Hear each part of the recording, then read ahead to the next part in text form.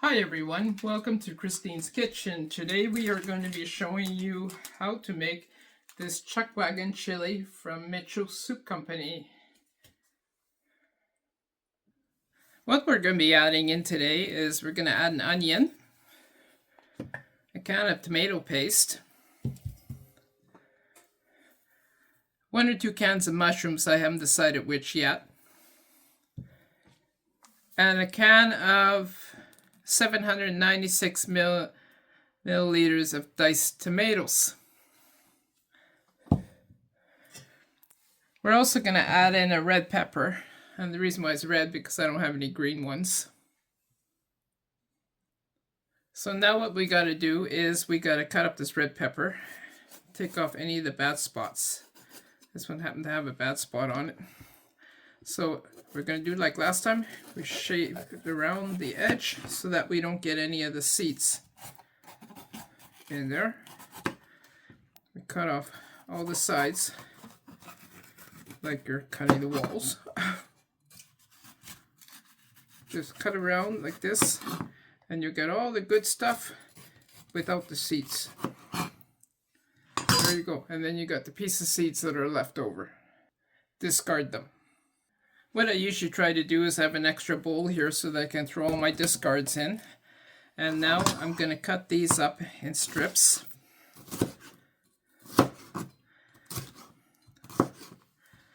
And then cut them in the other way so that they are little tiny cubes.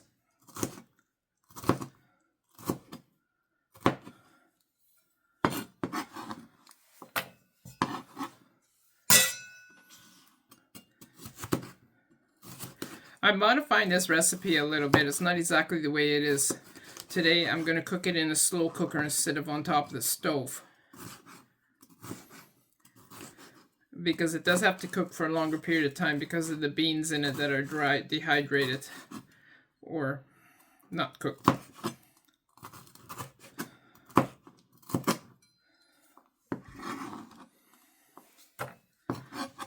I will cut up the rest of these green red peppers here, and then I will come right back to you.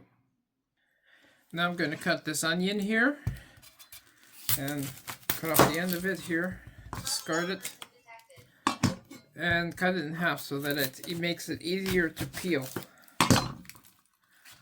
Whoa, this one's got surprises on the inside.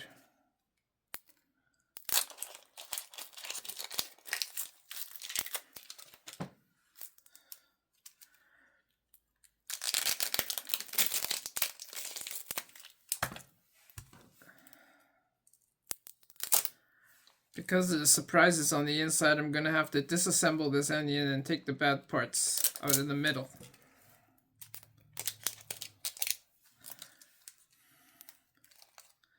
And believe it or not, I just bought this onion today.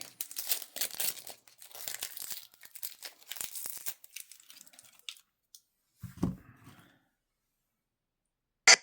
way I got rid of the other half is I basically dug into it and popped it out. Like this. That gets rid of this bad piece.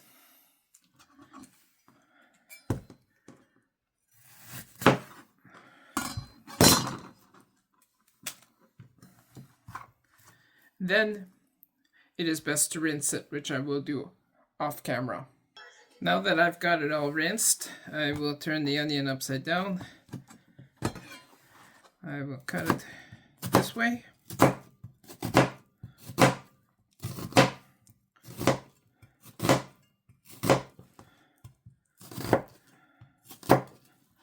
And then down this way.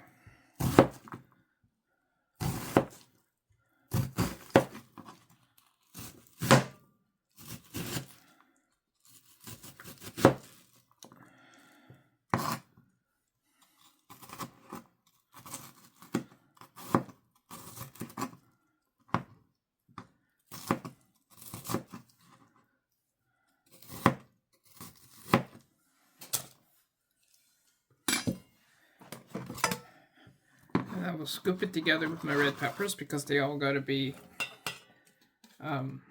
sauteed before you put it into the chili. For some reason, it makes it taste better if you do it that way.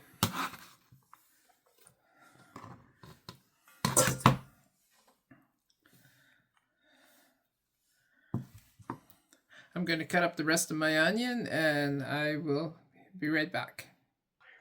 For the meat, I'm using these here. They are the lean ground beef in these packages. I found these were cheaper than getting the other packages. So right now what I'm going to do is I'm going to ground my meat. I'm going to do it in a little bit of water rather than doing it in fat to save on the calories.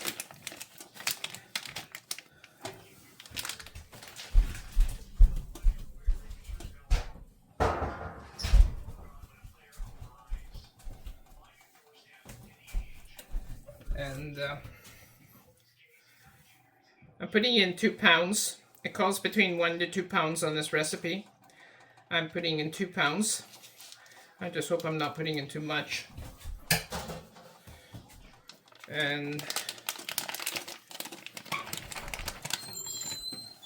that almost is going to fill up the whole frying pan. What are you making? While I'm browning this here, I'm going to add my tomato sauce and everything else into the slow cooker ready so we can start to heat up.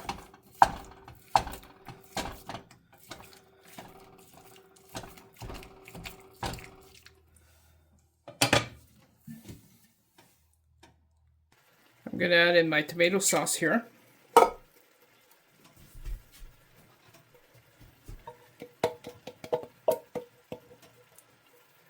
Which is this here, this diced tomatoes. I'm adding the mushrooms in with the liquid because it does say to add liquid, and I figure using the juices from the mushrooms will add flavor. A couple stubborn mushrooms that didn't want to come out. So I'm adding this in. Mushrooms are in there. I'm going to allow it to heat up while everything else is browning.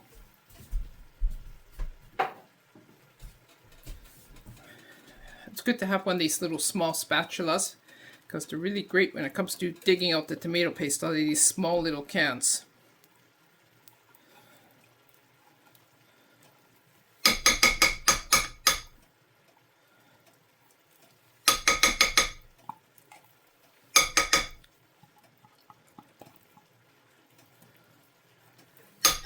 This pot's going to be big enough, it will feed about a family of, I'm guessing, about between 5 and 6 people.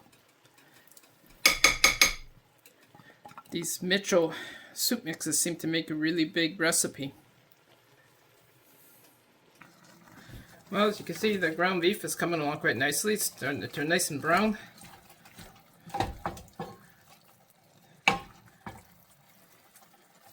It's supposed to be lean, so it's not supposed to have that much fat, but we'll soon see after we finish cooking it.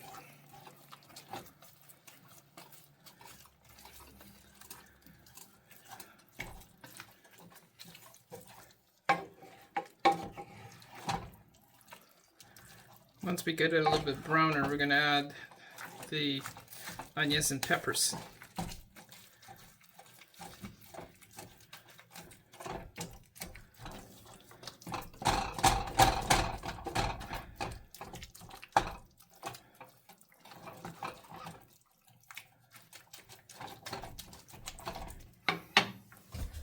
I'm going to let that cook a little bit. The meat is now getting a lot browner, and I'm still going to wait till it cooks a little bit more before I add the onions and the peppers.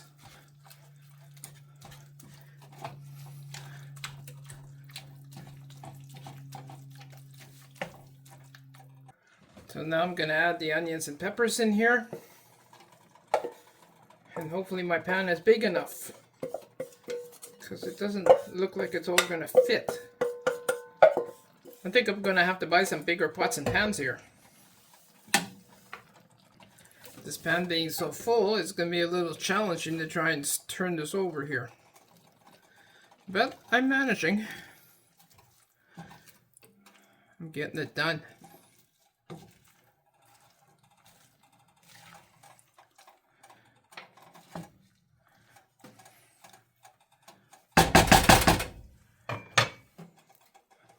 I'm going to put the lid on here a little bit to allow it to cook through. And we'll come back when it's ready to be poured into the crock pot. Now that the ground beef and vegetables are all pretty well cooked, I'm going to ladle them in so that I leave all the fat behind. I got one of these things here with the holes in the bottom. So I'm going to scoop it all into the crock pot here. Maybe I should tilt up so you guys can all see that. There is the crock pot. I'm going to scoop it all into there. See, I'm using this thing with the holes here, so I'm not scooping the fat with it, so that I can try and keep it as lean as possible. The least amount of fat in here.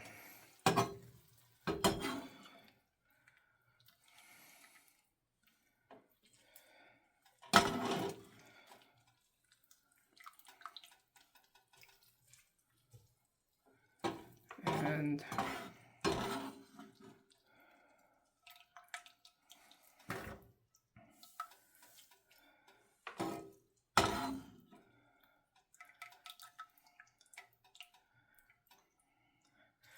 I'm going to keep shoveling this in here, and I will get back to you as soon as I'm ready to do the next step. Now that I got this all scooped in here, I still have to add more water to it. Approximately another 6 cups. Well, that should be only about 5 since I added the liquid from the mushrooms.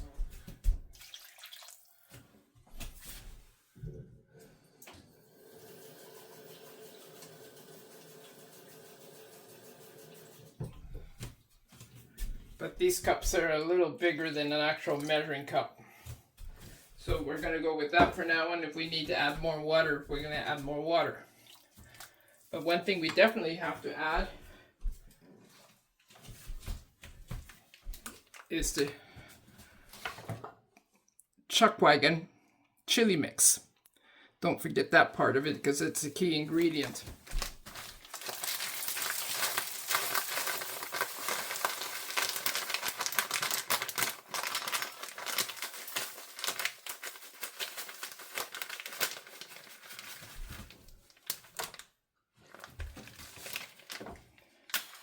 This actually contains all the spices you need for the soup and also the beans that have to take a while to cook.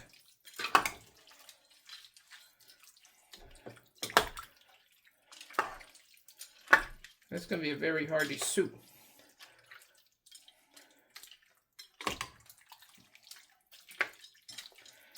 So we're going to cover this up. It's going to cook for another couple of hours, and I shall get back to you when it's almost ready to be served.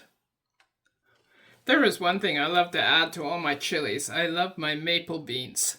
It gives the chili a bit of sweetness, and that's what I like in it. So I'm going to add in my maple beans.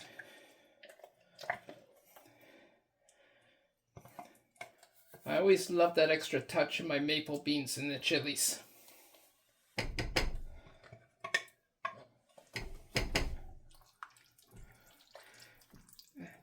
So now it's all ready to leave it to cook for a couple hours. We're just going to cover it up now after we get rid of everything that's in the way and find our lid. Ah, there it is. That's a drawback of having a small kitchen. So we will get back to you when it's close to being served.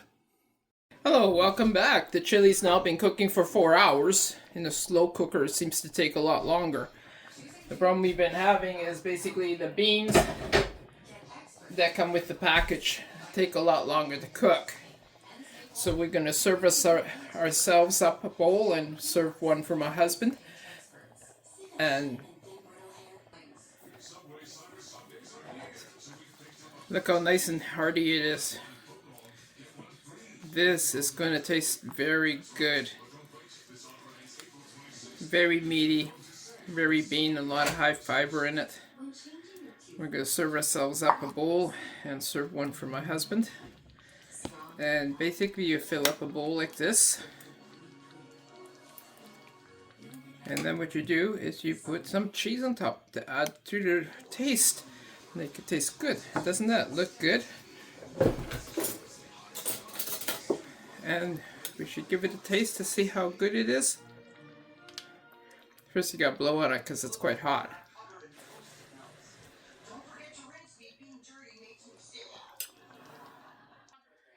Well, we hope you enjoy your chili, and we're gonna give it a good taste to tell you how it is. It's great. You guys should try this. Thank you for watching, and we'll see you next time.